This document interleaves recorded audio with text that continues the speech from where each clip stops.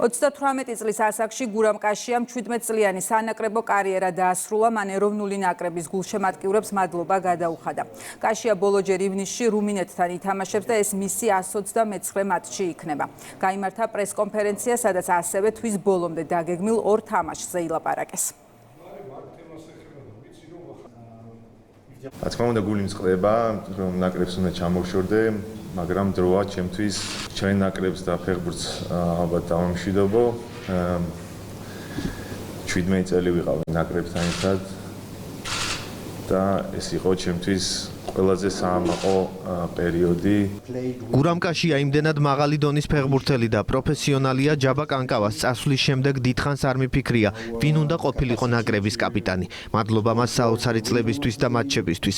რაც შეეხება მარტის ამხანაგურ შეხვედრებს, კარგი მომზადებისთვის მშვენიერი საშუალებაა. ერთა ლიგაზე ჩვენი მიზანი ჯგუფში პირველი ადგილის დაკავება იქნება. წინა შესარჩევმა ეტაპმა ისი არ ჩაიარა როგორც გვინდოდა და ჭკვიანი ხალხი მუდამ გამოსავლის პოვნას ცდილობს. სრული პასუხისმგებლობით შემიძლია ვთქვა, რომ ერთ-ერთი ყველაზე გამორჩეული ფეხბურთელია, ვისაც სვია ჩვენი ეროვნული ნაკრების მაისური, ის ყოველთვის მაგალითი იყო ყველა ფეხბურთელისთვის, ყოველ დღე ვარდისში თამაში თუ დამოკიდებულება.